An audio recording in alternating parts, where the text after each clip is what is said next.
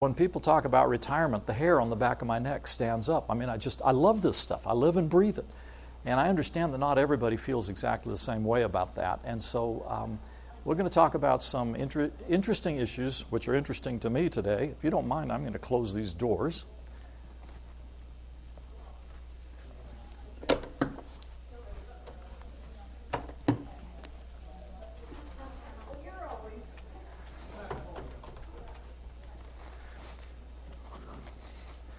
But before we get started, let's have a word of prayer. Father in heaven, we ask your blessing to be upon our meeting today. We thank you, Lord, for this beautiful, beautiful place that you have caused us to come together at. We thank you for your guidance and protection as we have come here, and we ask you to be with us today. In Jesus' name, amen. All right, what we're going to do is we're going to talk about expectations and goal setting. And so you see the Cheshire Cat in Alice in Wonderland. You remember that? It says, if you don't know where you're going, any road will take you there. And, you know, that's a pretty profound statement, actually, because an awful lot of people really don't know where they're going.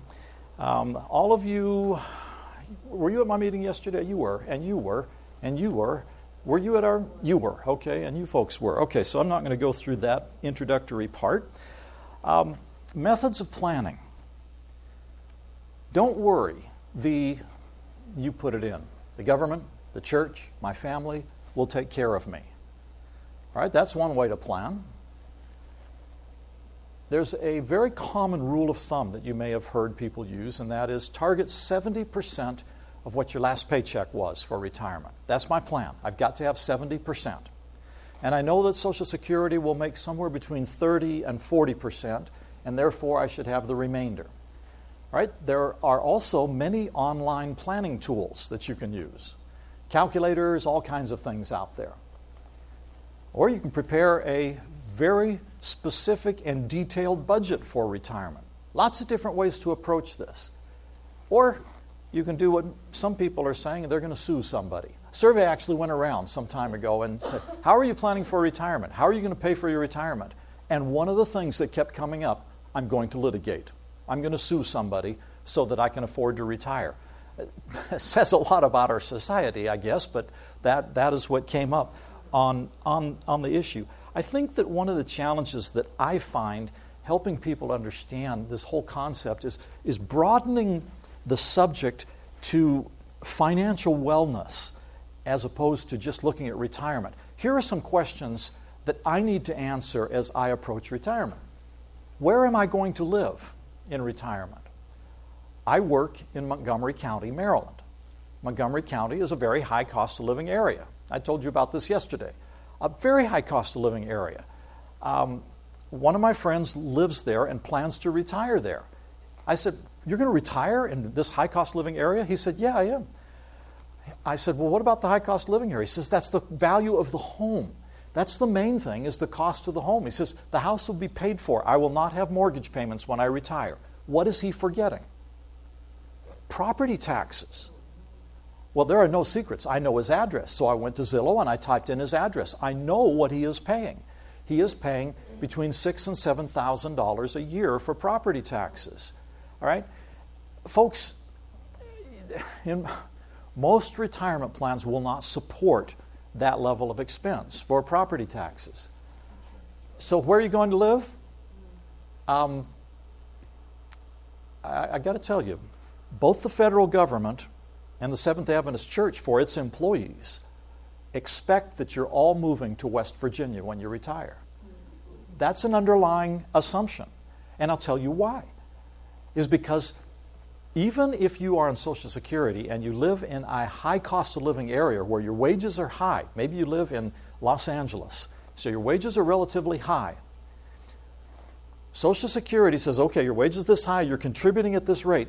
But when you retire, Social Security has two bend points. As your wages go up, as your average wages go up, and they bend you down, they bring that wage back down again, and your replacement Social Security will be less as a percentage of your last paycheck than if you had lived in a low cost of living area. They expect you to move to West Virginia when you retire. And so where are you going to live?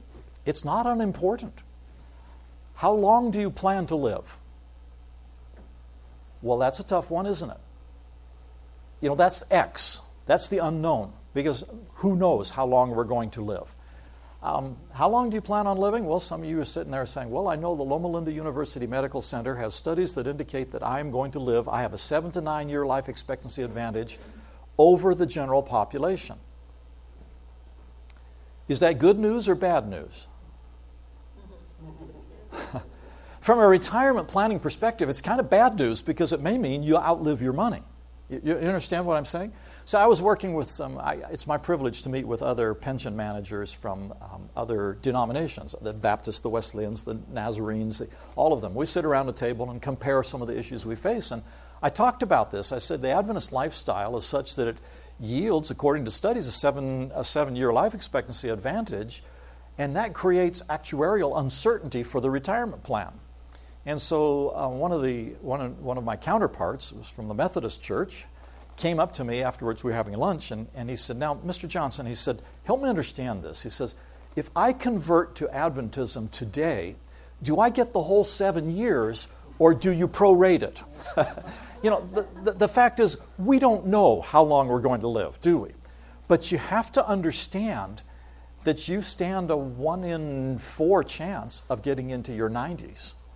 And if you get into your 90s, the general life expectancy of the general population, if you cross the genders, when they reach age 65, because that's what I'm most interested in, is when I reach age 65, what's my life expectancy? How long do I have to support myself in retirement?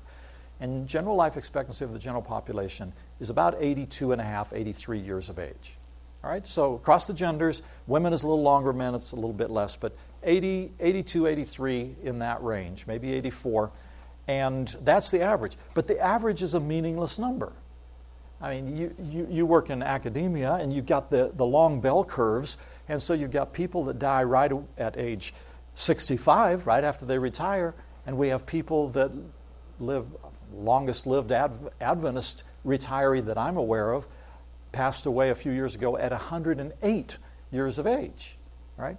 How many of you think that was a man? How many of you think that was a woman, all right? It was actually a gentleman. It was a man. He was living with his parents at the time. I'm kidding, of course. All right? So you don't know how long you're going to live, but you've got to plan to live into your 90s. You've got to plan for that. Now, are you planning on working in retirement? And I talk to a lot of people say, yeah, I'm planning on working. In fact, studies have indicated that about 80% of today's boomers, baby boomers, intend to be employed in retirement. In retirement, we talk about the go-go years, the slow-go years, and the no-go years. All right? And during the go-go years, the early retirement, they intend to be employed. Follow-up studies and surveys have indicated only about 30% of them that intend to work in retirement are able to find jobs that they find satisfying and actually want to do in retirement. I mean, folks, you really don't want to be a Walmart greeter. That's not what you want to do in retirement. I have a friend who retired after being a union president in the Seventh-day Adventist Church. And when he retired, he told me he just loved being around people so much, he actually went to a hotel and became a doorman at a hotel, greeting people and welcoming them as they came in. And but you probably don't want to do that kind of thing. So are you planning on working? If your budget says, yeah, I'm going to have some income from working, and then you can't find that job that you want, you see the challenge. You have a financial problem. What about retirement activities? What are you going to do in retirement?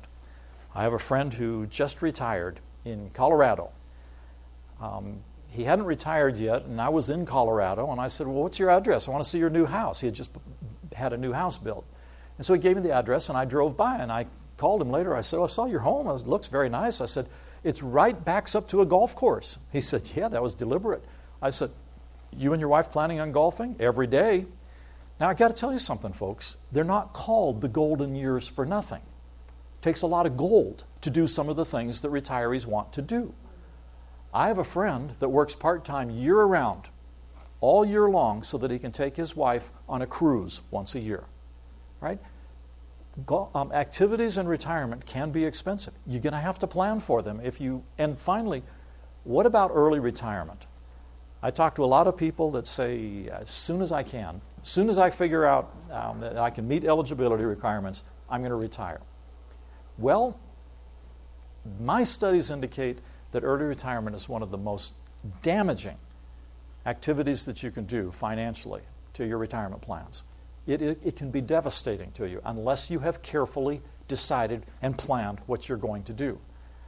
It just is a problem mainly because of health care. If you retire before you're age 65, you are not eligible for Medicare. What are you going to do for health care between the time you terminate, go off whatever employer health care plan you have, and the time you reach age 65? Going to the market and buying health care out there, Rick, you know the cost of that kind of stuff. It's very, very expensive. So, the old man says to his wife, if we take a late retirement and an early death, we'll just squeak by. Well, you don't know exactly what the situation is going to be. Yesterday, when I brought two people up and had them, an older person and a younger person, this is the graph I was talking about, the capital that you have. You have a very young person. Here, his graph, he's got capital. Everybody has 100% capital. His capital is human capital, the younger person. He's got the potential for the future. He's got earnings potential. He doesn't have much in housing and financial. The model says over time, as he uses up this human capital, he has the opportunity to build his house capital, his homeowner's capital, homeowner's equity we call it, and other financial capital, his retirement savings account. If you use all of this up and you haven't built any of this, you see the problem? Because pretty soon the potential earnings are gone and you haven't done this. And when you retire, I knew a science teacher at an Adventist academy. Had worked in that academy for most of his career. It's time to retire. The principal of the academy called me and said, the science teacher is retiring and he's upset. Why? What's he upset about? He doesn't understand why we want to move him out of the science teacher's house. This particular academy provided housing for its teaching staff, which was a good thing and was a bad thing. It was a bad thing because he had no homeowner's equity. He's going to be booted out of the house, and where's he going to go? Paying rent in retirement is not an easy thing to do. So the old lady says, I'm going to retire and live off my savings. What I'll do the second day, I have no idea. All right? Where are you as far as your savings are concerned? So, let's talk about this. I wish that when I was in my 20s, I had been asked to talk to the future Dell. All right? And talk to the future Dell about what my objectives were, what my goals and expectations were in retirement. So here's the young person thinking of what would I say to the future person? I'd like to have a boat in retirement. All right? Here's the reality. Maybe. All right? I'd like to have a Harley Davidson. And here's the reality. I'd like to have an off-road four-wheeler. And here's the reality. If all you do is say, oh, those would be great things to do in retirement, they are great things to do in retirement. I can imagine. None of those happen to be my particular dream, but I can imagine those would be very great things to do. And yet, the reality is that most of us are probably not going to be able to do that. We're going to be able to perhaps maintain our standard of living to which we have become accustomed, but some of those special things will not happen unless you deliberately go after them during your working career. And so, let's talk a little bit up here. Retirement support, and we're talking about philosophically here. You've heard about the stools of retirement. According to studies that I have done, the single-legged retirement stool is inadequate, and that's where you rely on Social Security. Now, if your whole career, if all of your retirement years were spent working at minimum wage, Social Security will do a pretty good job for you. Right? If your wages were minimum wage through your whole career, then Social Security is going to be somewhere in the neighborhood of 50% replacement. You may be able to figure out a way to live on that, although I doubt it. Right? Today, 51% of today's workforce has no pension from any employer. 34% of today's workforce has no retirement savings. 47% of unmarried elderly, 47% of unmarried elderly rely on Social Security for 90+% of their retirement income. You see the challenge? This is the challenge facing America today. So many people on a single-legged retirement stool. This is the more typical model of retirement that we have talked about for many years in North America and the United States. And that has been an employer-provided pension, Social Security income, and personal savings. All right, so you get the three legs. Now that implies that they're equal. They're not. They're not. One is always going to be higher than the other, and that's okay. But the three-legged stool of retirement is a model that the U.S. has talked about for many, many years. But it's gotten more complicated than that. And this is my invention, a six-legged stool. Essentially, I think when a person looks at retirement, the prudent plan that we talked about yesterday includes Social Security income. It's a very important component. It includes some type of a tax-deferred personal savings plan, whether it's a 401k, an IRA, a 403b, a 401a, any of those particular models, tax-deferred retirement personal savings. And they don't all have, we were talking about this yesterday, they don't all have to be tax-deferred. They can be Roth models. There are various models, but savings plan. And then the third item here, and to me is one of the most important items, is our retirees that I work with tell us, make sure when you retire, you're not still paying a mortgage, that the house is free and clear. Whoa, what a difference that makes. When we get a little bit later, I'll show you some budgeting and I'll show you what I mean by that. A health care plan. You got to think this through, folks. Medicare is an extremely valuable tool for taking care of your health care in retirement. But Medicare has some real limitations. There are some things that Medicare will not do. Medicare does not do prescription drugs. Medicare used to be enough. But Medicare, you actually have to go into another product called a Medicare D product. It is a Medicare product, but you've got to pay for that product to be able to get your prescription drugs. Now you say prescription drugs, that's not that big a deal. You're aware of the disease hepatitis C. For many years, hepatitis C did not have a cure. Many people had hepatitis C, and they knew that ultimately it would take them down, but they were able to live with it and just treat it along.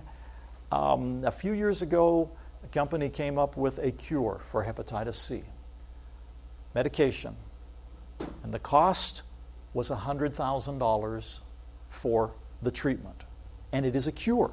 It takes care of the disease. All right? It's gone. But how are you going to pay $100,000? I know a friend. I have a friend who has rheumatoid arthritis, and a box lands on the front porch four times a year, and that box costs about $18,000. All right. So how are you going to take care of the new range of prescription drugs that most of us would have to sell our car and maybe even our house to be able to afford? That's not unimportant. So a health care plan. And then finally, employment income. A lot of retirees look for employment income. We talked about that. That's not a bad thing. It's not a bad thing, particularly during the go-go years. I told you yesterday that it's my plan to retire early, before age 65. It is also my intention to continue to be employed by the church on a part-time basis, maybe 1/3 time. And the reason for that is I want to defer applying for Social Security. Why would I do that? You can apply for Social Security at age 62. So Rick, why would I defer applying for Social Security? The longer you wait, up to age 70, 8%? 8%? 8%? 16%? 24%? That's huge. It's major. So push that off as far as you can, and this is one way that can assist you in accomplishing that.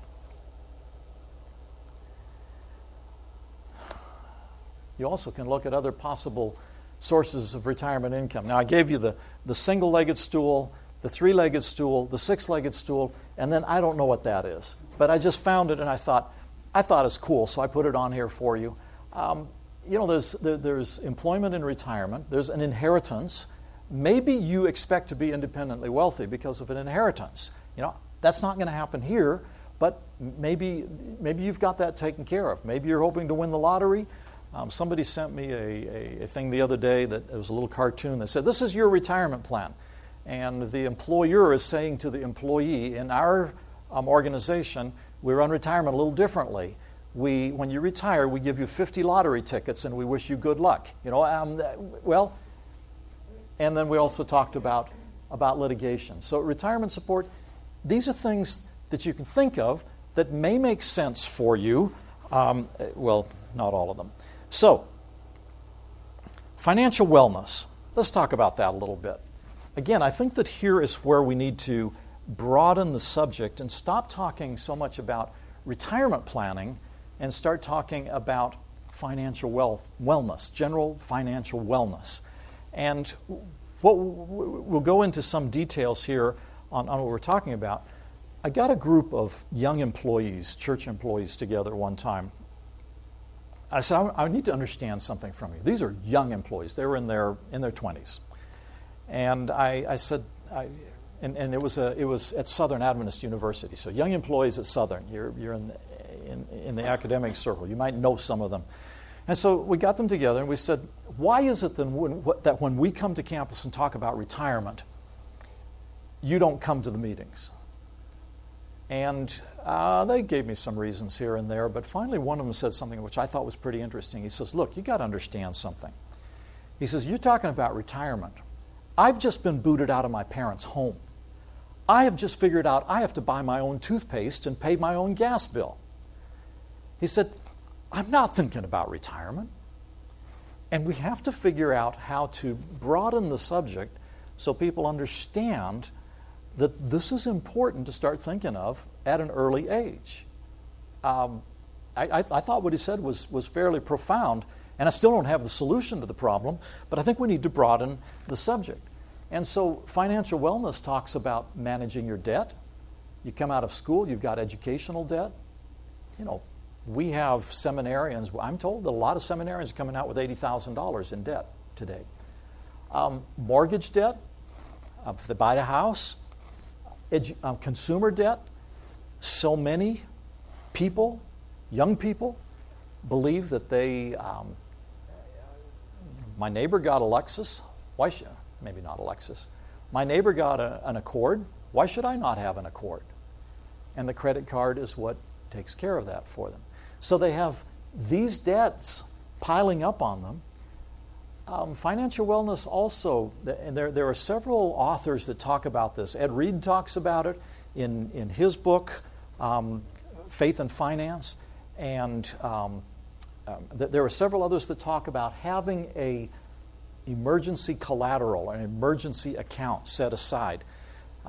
Different rules, different ideas about this, but many of them somewhere in the neighborhood of 3 to 6 months of wages in cash. You and I talked yesterday about cash, and cash is king when it comes to this.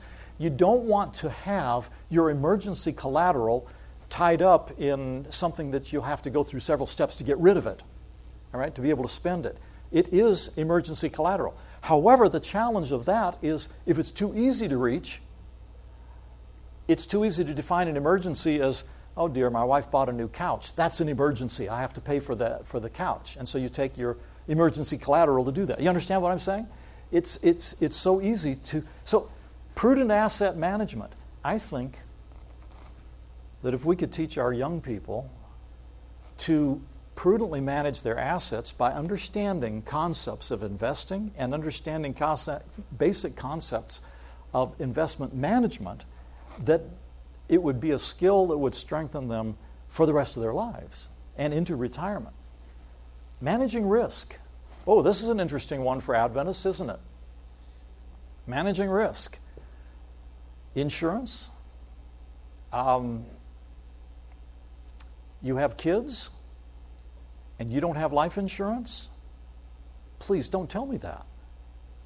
If you have young people in your family and you don't have life insurance, what would happen if you, the wage earner, is lost? Right? This is a thing that happens. And certainly having the necessary documentation in place, a will, in some cases a trust, or other tools that you need to make sure that there's an orderly transfer of assets and responsibilities upon your death. So I see this, and this is something that has been troubling me for some time. I think that this is where we need to start going. Instead of talking with people about retirement planning, we need to start talking about general financial wellness, because these are all tools that will result in good retirement planning, but will also be of value when emergencies arise, in keeping us from accumulating too much debt, and in the management of our risk. And all of us incur risk. You get out on the car and you incur risk. It just happens. Studies have been done about retirement. What are you looking for in retirement? This is a study that was done by Sun America some time ago, just a few years ago. And they asked people who were approaching retirement, how do you define retirement? And about a quarter of them said, I'm basically going to continue to do what I'm doing now. Another fourth of them approximately said, I'm going to wind down. I'm going to start winding down. But more than half of them say, this is a whole new chapter in my life. I'm going to change what I do. I'm going to get my real estate license. I've been doing this, I'm going to do this. I talked with you yesterday about the doctor. You remember the doctor? Been a physician all of his whole career, and now he's a welder. Somebody's going to reinvent themselves, and this is what millennials are looking at during their go-go years. During the slow-go years, they'll probably have to start winding down, and the no-go years will come to all of us, should the Lord delay His coming. But this is the period of time when many people are looking at reinventing themselves entirely, seeing opportunity to do things that you've never done before. And I showed you the little vase. Okay, I'm going to try it again. I'm going to try making those matching lampstands for my wife that I showed you, that I talked with you about yesterday. All right? So, this is what I call a typical retirement asset curve. You start working, you have no assets in retirement. You have that capital, the human capital that we talked about earlier, but you have no assets in retirement. You begin to build those assets if you're putting in your money into your IRA or into a 401k or a 403b plan. You build it over time, it climbs, and remember I told you that the curve is not linear because of the magic of compound returns? We talked about that, and it comes rocketing up like this. Hopefully rocketing is a good word for yours. Mine hasn't been doing so well in the last few years. It comes up here, and forget about the numbers here. They're not relevant. It's the shape of the curve. You reach retirement age, and if you've got enough in there during the early years of retirement, because you may not dip into it too rapidly because you may still be employed and so forth, you see this hyperbolic curve. It goes up and then it starts to come down the other side. And I've had Adventists look at this and say, Brother Dell, this is unacceptable. What's the trouble? It's unacceptable because I do not want to see it come down the other side. I want to be able to live off of the income and maintain that money up there, and when I reach room temperature, I have the whole thing to give to my kids. Right? Well, that's a great goal to have. Quite frankly, most of us are not headed there. Most of us, our wages aren't enough for us to get it up that high, for us to be able to keep it up there. There was a book that was written several years ago by an author who wrote this book. He entitled it, Die Broke. His philosophy was that when you pass away, the money should be gone. When you retire, you should protect yourself with an annuity, so you have guaranteed income for the rest of your life, for however long you live. I'll talk about annuities in a minute. And that you pre-inherit your kids. Ed Reed even talks about this, pre-inheriting your kids. He says it's of a whole lot more value to them when you're in your 60s and they're in their 40s than when you die in your 90s and they're in their 70s. All right? Now, what value is it to them? Pre-inherit your kids. You have to look at your own situation and see what's right. Give the money to your academy. Give some money to your academy. Do that. And then the author says, your money should be gone. He says the last check, I'm quoting here from his book, the last check you write should be to the undertaker, and it should bounce. All right? That's truly dying broke. The money's gone. All right? Don't go out of here and say, Dell said that my last check should bounce. That's not what I'm proposing. But most of us are going to see this curve. We're going to dip into the retirement asset. Inflation is going to force that to happen. That's okay if you don't start dipping into it in your 80s. It's not okay if you start dipping into it the moment you retire. You've got to have some time to be able to live off of the earnings and be able to maintain your standard of living by having enough of an asset to make that work. Now, the reciprocal part of that curve is what I call the retirement income curve. So here's your employment income. Again, don't pay any attention to the numbers. It's the shape of the curve that's important. So you get cost of living adjustments. You may get some promotions along the time. Your income goes up. When you reach retirement, you drop down to maybe, the gurus say 70, 80% of what your last paycheck was. That's going to come partly from Social Security and then partly from your own income, your own sources of income, whether it's employment or whether it is your retirement plan, whatever it is. There comes a time here where this particular person, you see the red points at the top of those bars? That's where he's dipping into the asset. Now, the Internal Revenue Service gets into this game because they have a rule. At age 70 and a half, you have to start dipping into your retirement asset. Federal law says that there is such a thing that is called the Minimum Distribution Requirement, MDR, and you're required to start dipping into the asset. Now, you don't have to actually spend it, but you have to take it out of your pre-tax retirement account and pay taxes on it. Right? So federal government actually says, yeah, you're going to dip into it. There, we will make you do that. Right? So that is the curve that some people are looking at. Again, it's not bad to understand that you're going to dip into the asset. The purpose of a retirement plan, of the financial asset for retirement, is not to give a benefit to your kids when they're in their 70s. The purpose is to take care of your retirement. That is the purpose of it. Keep that in your mind. Don't think of it as anything else. Here are my long-term targets. Tell me if they think they make sense to you. I've read a lot. As you can imagine, this is my life. I study this a lot, and I talk with retirees. Here are my goals. First of all, total debt elimination. Being able to go into retirement. Our retirees tell us this. If the house is paid for, if the car is paid for, and they say a new car or a relatively new car is paid for, all of these things, and I've got control of my consumer debt. That is really important, right? A modest paid-for home. Why modest? Why should I not have a really nice home in retirement? Property taxes again, and maintenance, and utilities. If you have a big home, Andy, my wife and I were in the hotel room last night, and we were watching tiny houses. Have you ever watched those tiny houses programs? I mean, we're talking about 150, 200 square foot home. I think that's pretty cool. I like that. I said, well, I could live in one of those. And my wife and I had one of our occasional spirited arguments about it because I don't think she could live on that in that small a house. But I like the idea that it only costs like $20,000, $30,000, $40,000. Lifelong income. You've got to figure out a way to have lifelong income because you don't know how long you're going to live. If your life expectancy is 83 and a half, and you plan your income so that it will last till 83 and a half, and you live to 108, you see the problem. All right, so you've got to have some way to guarantee your lifelong income. Managing risk. I've got to make sure that if something happens to me and I'm no longer here and my wife's income from my retirement plan is compromised because of that I've taken care of that problem. I made the mistake of telling my wife that if I go down in a flaming jet somewhere, she actually would be fairly wealthy. That's probably not a good idea. You know, I check my suitcases fairly carefully now. You understand what I'm saying? Make sure that you're managing risk. And then there's something else, and this is one of these things where I have to say, do as I say, not as I do.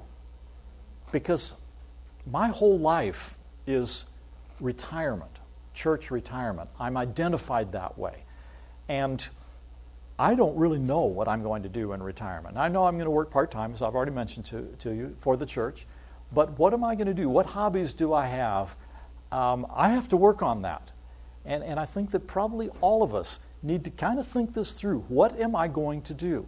What am I going to do to continue to spread the message? If you love this church and you believe in this church and you believe in the mission that Jesus said, go ye therefore and teach all nations, what am I going to do to participate in that? What am I going to do? What hobbies do I have? What something do I have in retirement? And I showed you my, where is it here? I showed you my wonderful little vase. Here we go. My wonderful little useless vase that I made when I was in college. Now, I don't want to make these, but I'd like to figure out how to do something in retirement. I mean, you've got skills that you can teach me how to do something in retirement because all right? You've got to think about something to do in retirement. Don't just think of idleness in retirement. You heard what the doctor said yesterday, sitting in the back? Come on, tell me what he said. He says some of the unhappiest people he knew were people who what? Retired too early. And then they didn't have a reason to get up in the morning. That's a pretty profound thought. All right? And so he shook me up a little bit because I'm planning on retiring early. But I'm going to have something to get me up in the morning. I know I am. All right? So I've got that much figured out for the next few years. So something to do in our old age. Of course, if you have grandkids, that makes it really nice, doesn't it? You know, I got to tell you, that's something else. Now, we're going to get into some real details. And I told you yesterday that I do not have handouts of this, but I'm going to put these on our website, which I showed you yesterday. We're going to put this on our website once I get home. It'll take a few days after I get home to be able to do this because I'll put the last few pieces in place. This is a pretty heavy subject, so I'm going to get into some heavy stuff here. What this curve is I got this off of some material that I was reading from, there's an organization in Boston that does a lot of research and they write a lot of papers about retirement planning. And what you can do, there's three different curves here. Remember what I told you about Social Security and their bend points? Where you are as far as your average income over your career makes a difference in how much planning you have to do for retirement. Because if you're at the low end, Social Security will take care of you to a greater extent than if you're at the high end of income. So if you're a person that has a $50,000 a year income, here is what your assets should be. You start out at age 30, it's not going to be much. It grows over time. You should have, in today's dollars, something like just under $300,000 in that account. Now, you can take that $300,000, according to this study, and maintain your standard of living that you had at $50,000. You may not have a full $50,000, but you probably have close enough to be able to basically maintain your standard of living. However, if your income was $75,000, it's a different picture entirely. Your curve needs to be much more aggressive. And if you had $100,000 of income, in order to maintain the standard of living to which you became accustomed at the $100,000 level, you're going to have very close to $900,000 in today's dollars in the account. All right? Now, one of the things some people say to me is, well, I live modestly. I don't have to have, my salary is $75,000, but I don't live on $75,000. I save a lot of it. And so that's why this rule of thumb, like most rules of thumb, need to be adjusted according to your particular circumstances. But this is kind of what you need to be looking at as far as aggregating a retirement asset that can provide for your income in retirement and help you maintain your standard of living. So you're not having to go to your kids and ask them for income. I cannot envision that, going to my children and saying, hey guys, I can't pay the rent this month. Can you help me out? So how much should I be contributing to my plan? Well, that depends on so many factors. One of the things that we look at is how much is your employer willing to put in? If you have an employer that has a 401k plan or some type of a defined contribution plan, earn the match. You heard the name Dave Ramsey? Dave Ramsey does a lot of work in this arena of planning. And he's big on no debt. And I'm going to quote him tomorrow or the day after when we talk about debt management, but a lot. He really talks about no debt. But he also says, earn the match. never walk away from money that your employer is willing to put into your retirement plan. Many retirement plans, many employers say if you will put a certain dollar amount into your retirement plan, we will give you a 50% match of that. Right? Don't ever walk away from the money that the employer is willing to put on there. Now, Dave Ramsey says, if you've got debt, work hard on getting rid of the debt. Don't put any more than enough to earn the match until the debt is gone. But earn the match.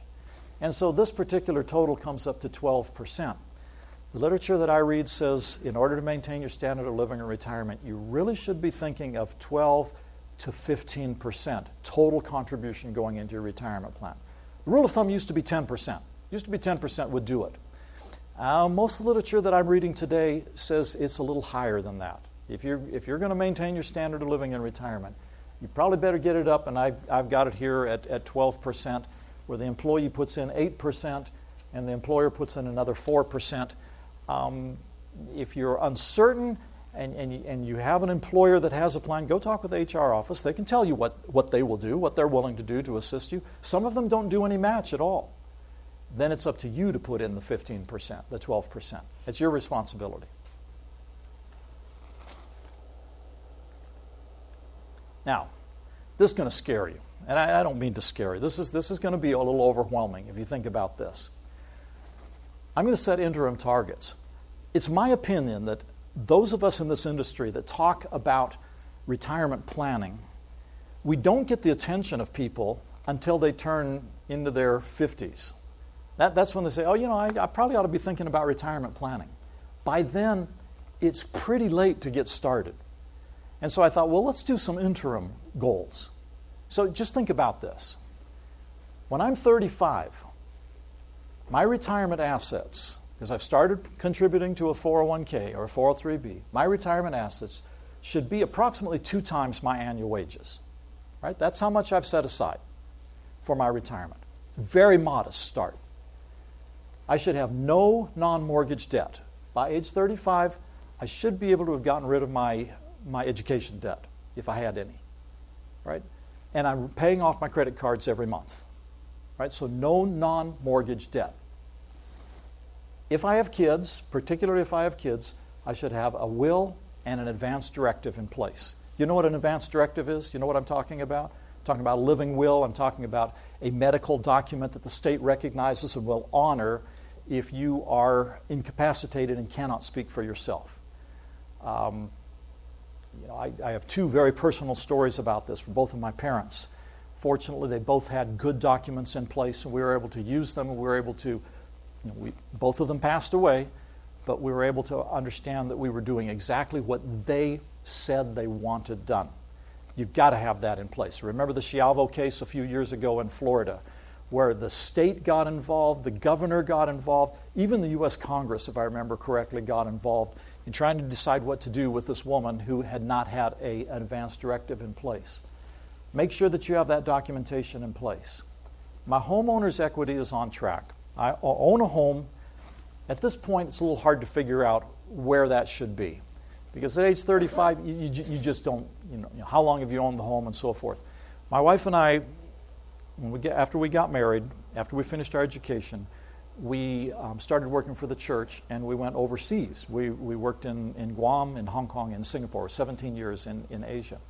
We came back after 17 years, and what was our problem?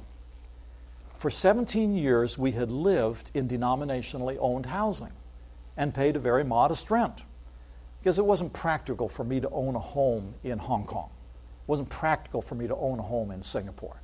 So the church provided housing for us, and we were very grateful for that housing.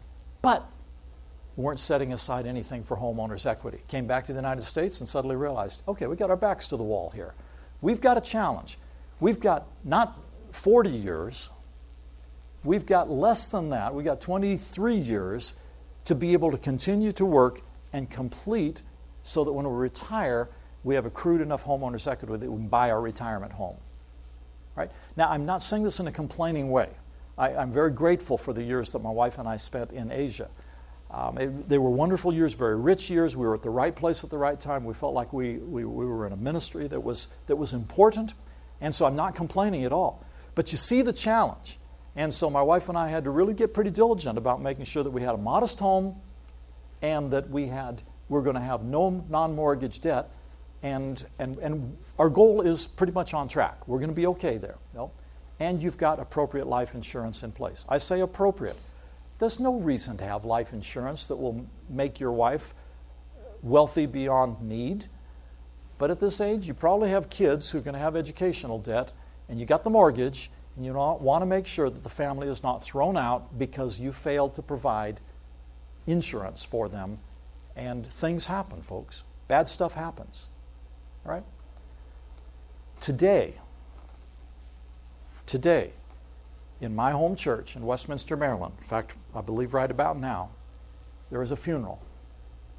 One of my very close friends just dropped dead of a heart attack.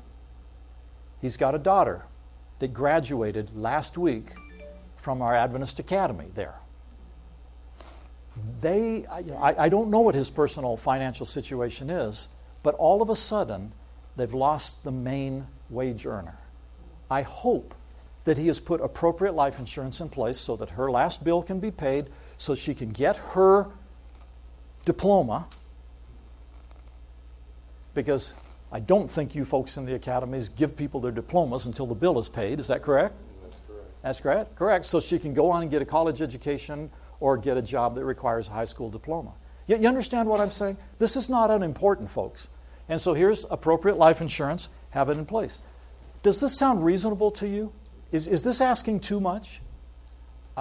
If you were talking to a group of young people and talking about long-term financial planning, is this too demanding to say that at 35 you should have two times your annual wages in savings, you should have no non-mortgage debt, your will and advance directive in place, homeowner's equity, you own a home, and you're starting to work towards owning that home outright, and you have appropriate life insurance in place? I don't think it's too much to ask at age 35.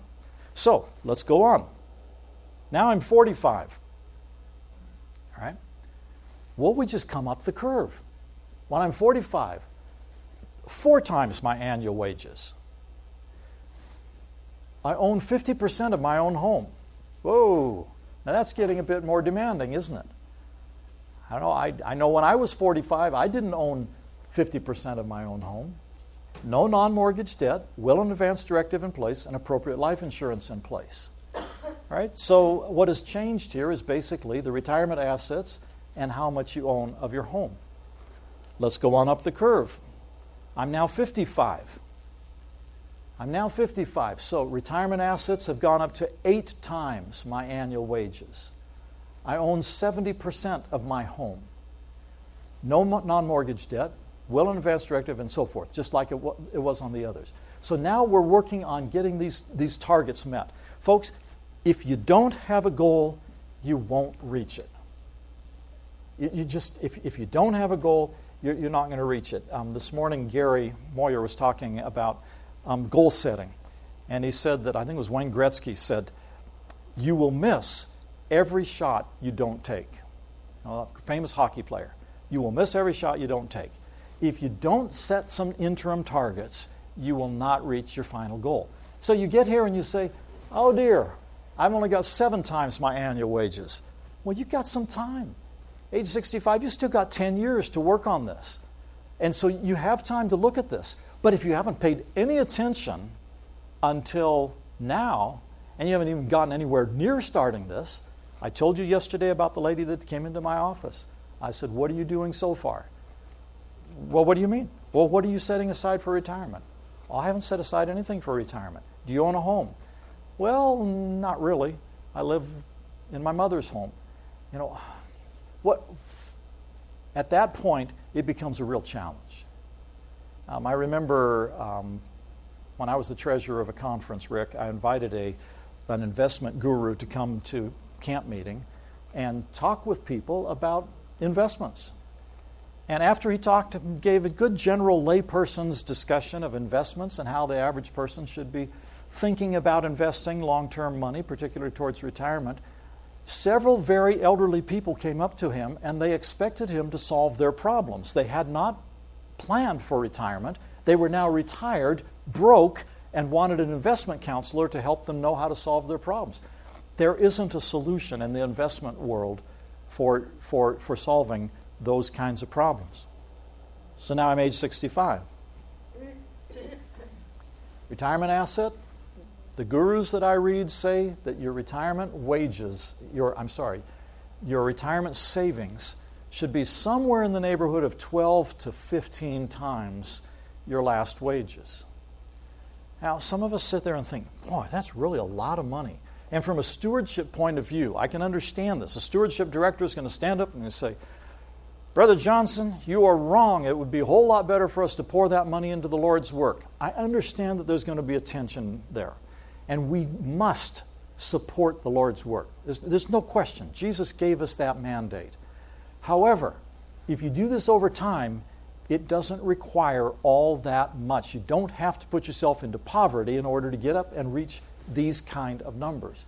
I own my home outright, or I have enough money in my home that I live in now that when I retire, I can buy a downsized home. How many of you thought about downsizing when you retire?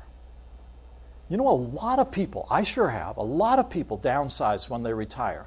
And that's really not a bad thing. But I will tell you that when my parents retired, they determined that they would always have a basement apartment or some type of apartment because my family and I were living overseas. And when we came home, we always had, what would you call it, an Elisha room, a prophet's room. We could crash after coming across the Pacific and being jet-lagged out of our skulls, and we had a place that we could crash, and I was so grateful for that. Most people probably don't have to have that, but it's something to think about. But downsizing is not a bad thing. 90% of Americans, when they retire, do not leave the city, the last city that they lived in, the last general community that they lived in. But many of them move out of the home that they've lived in, downsize, purchase a smaller, more affordable, and newer home. And that's one of the things the retirees tell us. They say, before you retire, downsize, buy a smaller place, you're paying less taxes, less utilities, modern home, and make sure you have all brand new appliances. Why would they say that? Right now, when your dryer quits, it's a pain in the neck. When you're a retiree and you're getting old, and somebody's going to have to haul that old dryer out and help you get the new one in, boy, it's a whole lot better to start your retirement with brand new appliances all still under warranty. That's one of the things our retirees tell us. I wouldn't have thought of that. So get the stuff under warranty when you first retire. So no non-mortgage debt, your will and advance directive in place, appropriate life insurance in place. Why would retirees need life insurance? Most of our retirees don't. Sir, go ahead. What were you going to say? I say they don't. I don't. Yeah, and I think that that's why I put appropriate. If you still have a mortgage, I suggest you may want to have life insurance in place. All right, so that if your retirement income is reduced because of your death, your wife is not forced to sell the house. All right? So make sure that you have appropriate life insurance in place. You may need to at least have burial insurance because Social Security only pays $200. So. That's exactly right. Social Security pays so little that you may want to have a little bit set aside in insurance. The challenge is that a person at your age that says, oh, okay, Dell says I need to have life insurance. You go out and try to find life insurance at your age. Good luck. Good luck. They're going to ask you all kinds of questions about pre-existing conditions and so forth. You see the problem? And so it may not even be available. But one of the things that our retirees tell us is if you don't have the mortgage paid for, then you probably better have some type of term, the cheapest possible life insurance that you can get in place so that the mortgage will be paid for. Another type of circumstance is that sometimes we have individuals who have a physically or mentally challenged child that they're taking care of in their old age. And that child is an adult child, is 55, 60 years of age, but you retire and, well, probably not that old, 40, 45, you retire and you still got that child to take care of. Then the need for appropriate life insurance, right? You see what I'm talking about? A new retirement vehicle. It's one of the things the retirees tell us. Tell your people to have a vehicle that is relatively new. It doesn't have to be brand new. Let somebody else take the depreciation. But get a vehicle. CarMax, one of the greatest places in the world to buy fleet vehicles with only 25,000 miles on it, and you know you're going to get a fair price for it. A good, clean car. CarMax gives me no money to make that advertisement, okay? But that's exclusively where I buy my vehicles, is at CarMax. All right? So a new retirement vehicle, and I got to think about this because I'm retiring at the end of this year. Andy's car has 130,000 miles on it. My car has 204,000 miles on it. I got to follow my own advice, don't I? And my wife says, "Doctor, heal thyself." You got to follow your own advice. And then move to a low cost of living area. Make sure that you're not trying to maintain your standard of living in an area that you just can't afford to live because of high property taxes and so forth. I'm interested in your reaction. You're one of the first groups that I've actually talked with about these interim goals, these interim targets.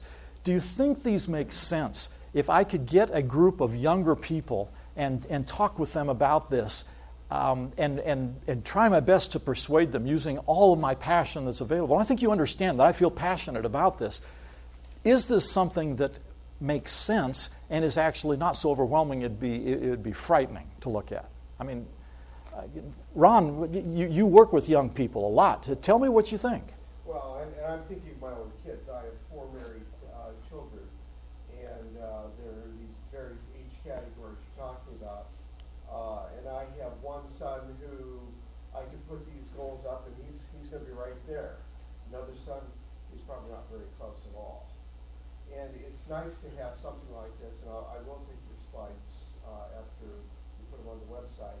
And I'll mail them out and say, guys, these are good goals. How you doing? Yeah. How you doing? Yeah. Rick, what do you think?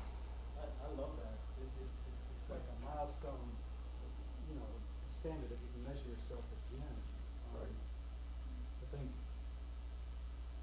what our kid, I have a 22-year-old son, senior in college. I want him to be able to follow a plan like that. But how do you get there? Even to the age 35 milestone, how do you fashion your life so that you meet those milestones? And you've got to understand, these are kids that are the most marketed to generation Right.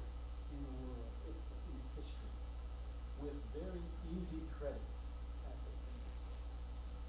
And they miss out on this stuff because everything else is coming out of keeping up with the Joneses, and they're going to have this camera and that computer and this technical stuff. You don't have to have the money to buy it.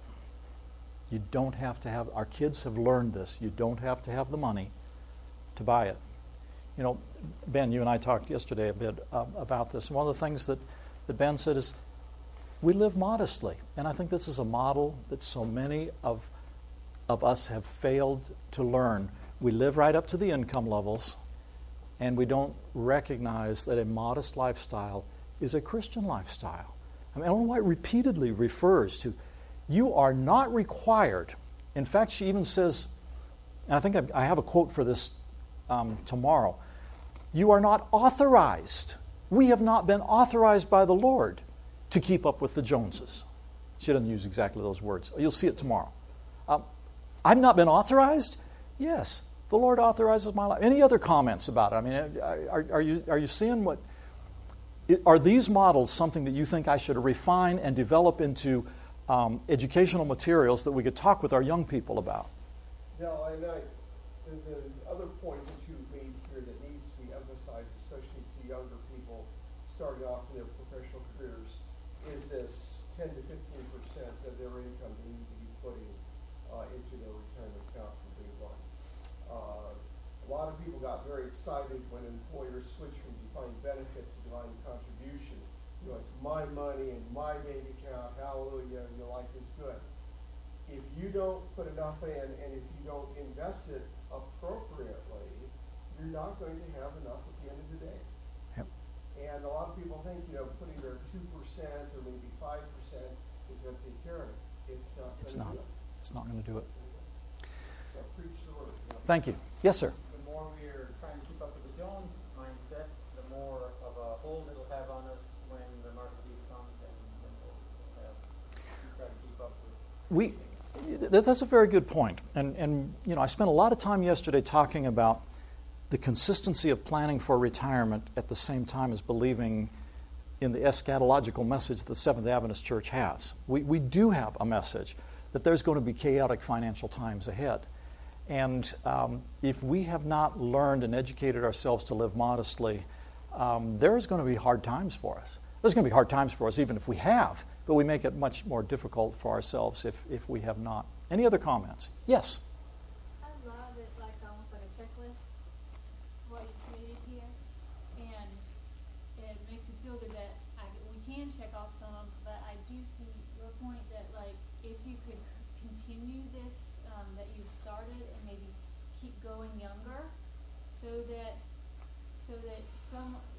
like, say you're just getting out of college, that you maybe could check off a couple things on the list. Because if you don't start thinking about it then, you don't have anything on there, and you're not remotely close, you might be like, I don't know where to start. it's already too late. Right. So She makes sense, doesn't she? Yeah, do a 25-year-old. Yeah. Goal. Yeah. And do a 20, and I don't know if you realize it, but the primary division, they're teaching money all week. Like the step in there. My daughter's Really? in there, she's 8. Yeah. She says, yeah, they're talking about tithe and mortgages, and I got to go over there. I asked them if they'll let me talk about retirement to primary age kids. Yes, sir. I think another very important point, especially for young people, is teaching how to budget. Thank you very much. I'm going to touch on that in a minute here, and I have some pretty strong feelings about how we teach budgeting and how we do it, in my opinion, wrong. And I'll share with you my thoughts, and you can tell me I'm all wet, and that's fine. My wife does that frequently to me. That's one of the blessings of being married is being told you're all wet from time to time. So that's all right. One last quick question. Sure. Just to understand, let's say, just for instance, let's say I make $50,000 a year, 2 times my annual wage. I'm close to 35, so I should have $100,000. Am I understanding that correct? Because that's different from the one you had that had the 50,000, 75, 100 scale, and the 3, the yellow, the red, the green. Two different sources. I'm coming at this from several different angles. The one study that showed the 3 different levels, that's a little different source of information, and I probably ought to try to bring those together because they don't try to reconcile them. They're different. I'm trying to look at this a little more broadly and saying it's not just how much money I have. It's my whole lifestyle. Do I have these other pieces in place as well? That's what I'm trying to deal with, and I don't think I've done a perfect job of it.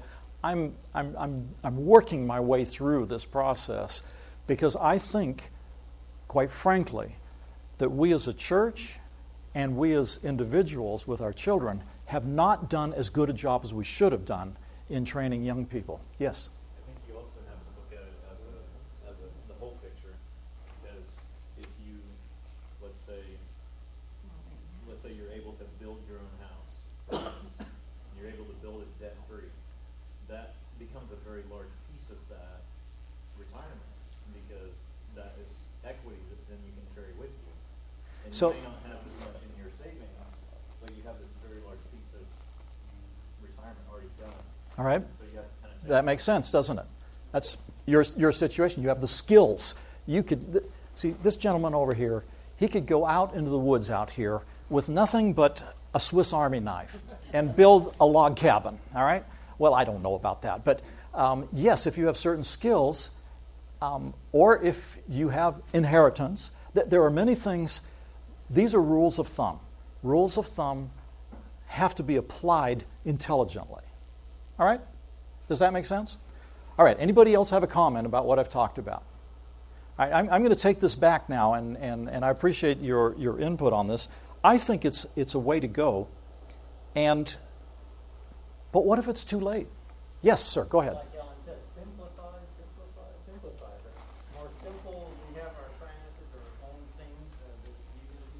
Thank you. Thank you very much. It's too late. For me, it's too late. All right? I'm 60. I'm looking at retirement in a few years. I'm still renting a home. I have no retirement assets, no savings. I have some credit card debt. What about me? You know, this person is really in trouble. And there are a lot of people like this out there that have never sat down and said, boy, I need to get busy with this. I don't have a good solution for them. They need a plan. They're doubtless going to have to work longer. Today, I told you yesterday, today we have over 1,000 of our employees are into their 70s, still working for the Seventh Adventist Church. Full-time, regular employment. Many of them may be there because they just love what they do. But I have a feeling that a number of them are that just cannot afford to stop working, to stop the paycheck. And so you're going to work longer. You've got to learn to live simply and modestly. You better make yourself a 10-year budget, and you better move to West Virginia. I mean, you better find a really low-cost place to live. North Carolina is pretty close to West Virginia there, so we have North. Say it again. Where? North Carolina. Okay, yes. Actually, I used to say move to North Dakota, but then they discovered oil in North Dakota. And I was in North Dakota not long ago, and I paid a horrible price for my motel. And it wasn't a bad motel, but it was a pretty horrible price to pay for it. And so that's not a cheap place anymore. West Virginia still is pretty much a standard. But yes, Tennessee, North Carolina, South Carolina, Georgia, you've got to find a place that doesn't, and particularly we're looking at a person here who's approaching the panic mode. He's in trouble, all right? And he better get real busy because he's got a much shorter period of time to solve that challenge that he faces. I'm going to talk a little bit about investing now. I am not a investment guru. I'm almost out of time, aren't I? I may need to roll some of this over into tomorrow's presentation, but there are some issues about investing that I can legally talk about without crossing Securities and Exchange Commission lines, and so I'm going to do that. I'm going to give some general concepts of retirement investing. If you have assets that are invested, even if it's in a church plan or in a 401k plan, a commercial plan, your employer has a plan, you have investable assets, there's a concept called dollar cost averaging. Dollar cost averaging is essentially a phenomenon that occurs when every pay period you're chucking a certain amount of money into the account.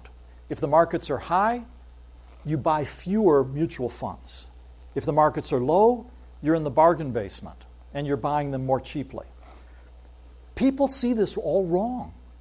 They say, whoa, the markets are really high. I'm going to put more money into the market because the market's been going up.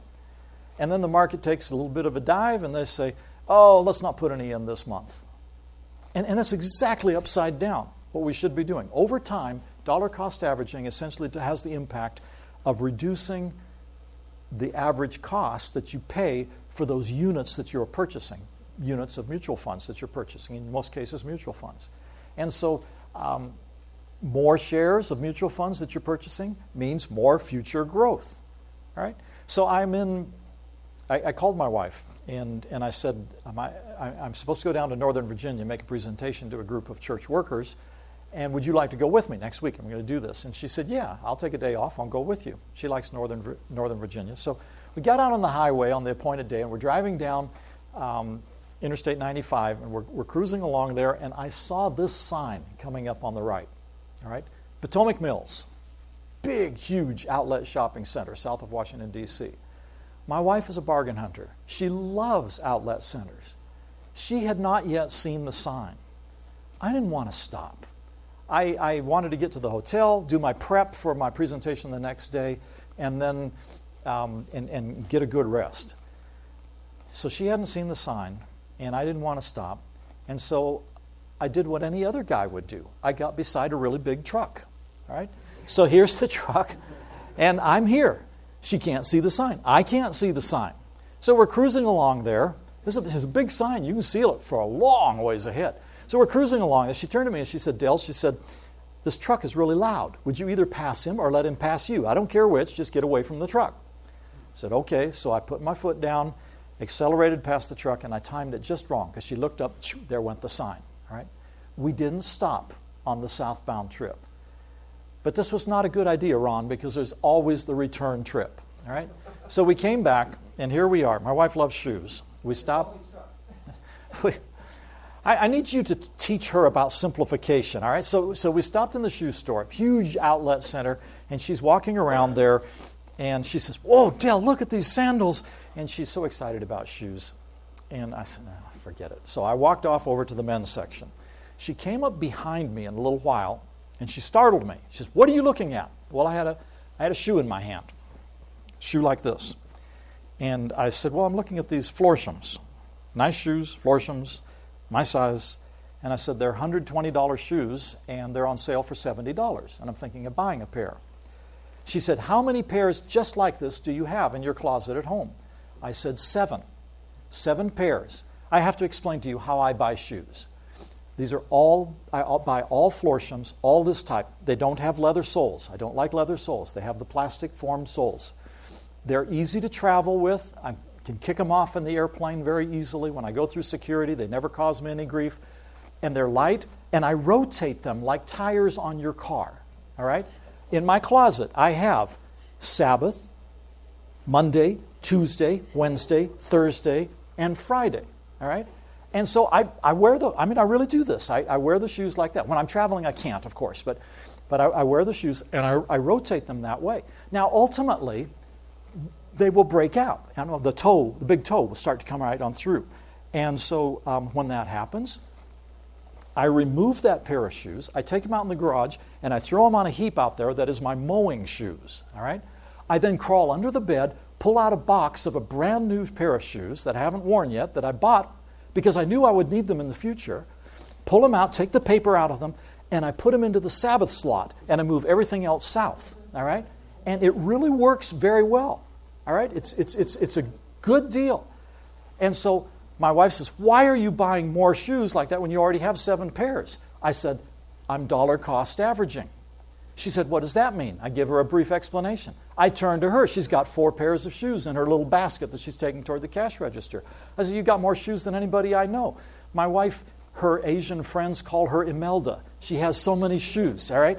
So she says, I'm dollar cost averaging. She has no clue what she's talking about. The idea is, I'm buying the shoes because I know I'm going to need them in the future, and if I can get them at a low price now, that's a good thing, right?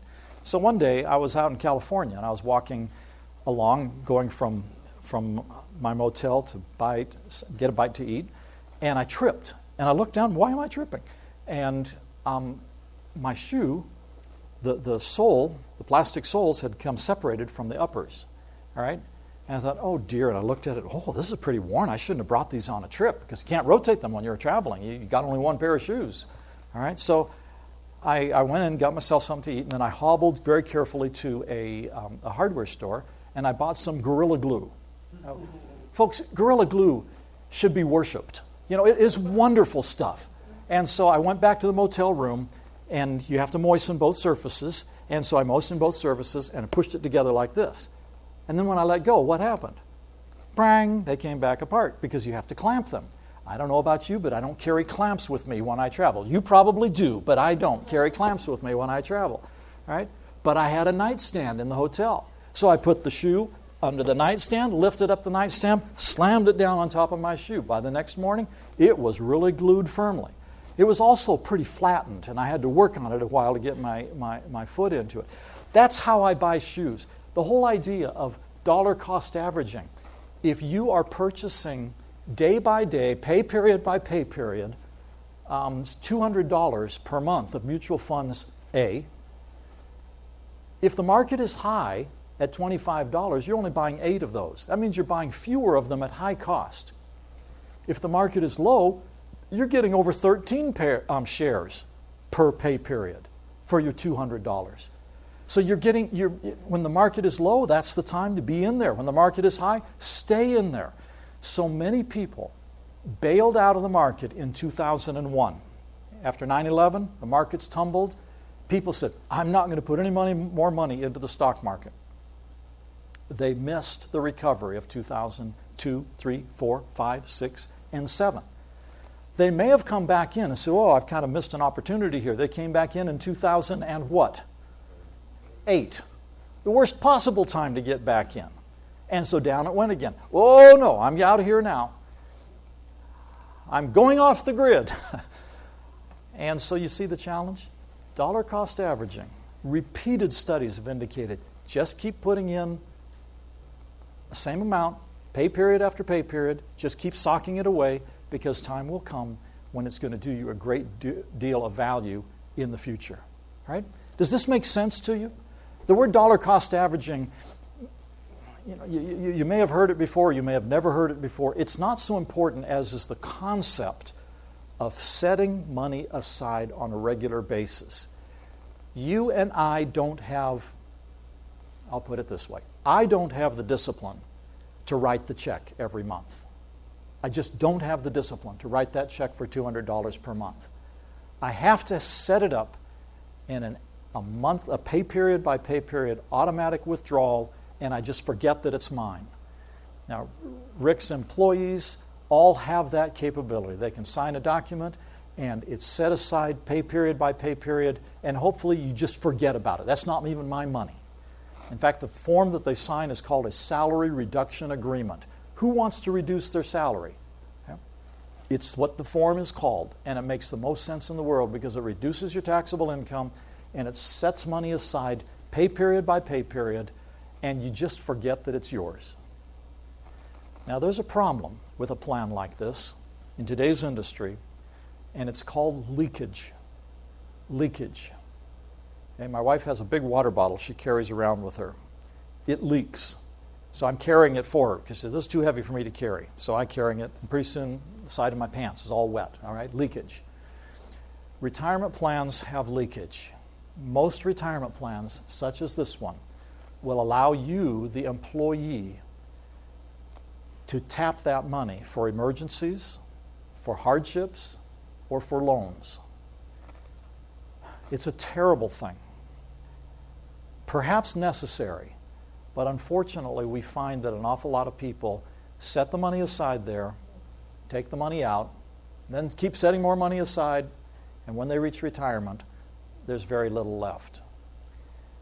We have an employee in Guam, at one of our employers there. She looked at her account and said, well, there's quite a bit of money in there. She went to the plan and said, I'd like my money out. They said, no, it's for your retirement. You can't take it out till you retire. She said, what if I quit? Well, then you can take it out. Because if you quit working for the organization, then you can take it out for some plans. And she said, okay, I quit. She said, I quit. What? Yep, here's the resignation paper, I quit. Now give me my money. So they gave her money. She came back in and applied for the new vacancy. You know, folks, leakage. That's extreme leakage, but it's leakage. You really have to show a certain amount of discipline because it's a real challenge. I'm going to quit. I'm going to stop now. I took a little more time on the interim targets than I intended to because I kind of wanted to get your reaction to it. As I said, you were kind of a pilot group for me to talk to. Thank you very much for your reaction. I think that this will help me develop this concept a little bit more because I've had many times when I've made presentations like this, some elderly woman has come up to me and said, Mr. Johnson, where were you when I was in my 20s? Well, I was still in school when you were in your 20s, ma'am. But how many times have we missed opportunities? If you have any type of a mentor role, you're in the academy, are there young teachers that you have an opportunity to mentor in any respect, whether it's formal or informal? Any of you have an opportunity. Rick, you have an opportunity to mentor the young pastors. The whole idea of having people take seriously the importance of a simple, modest lifestyle and preparing for the long term is just incredibly important. I hope that I will spend a very short period of time on my retirement plan.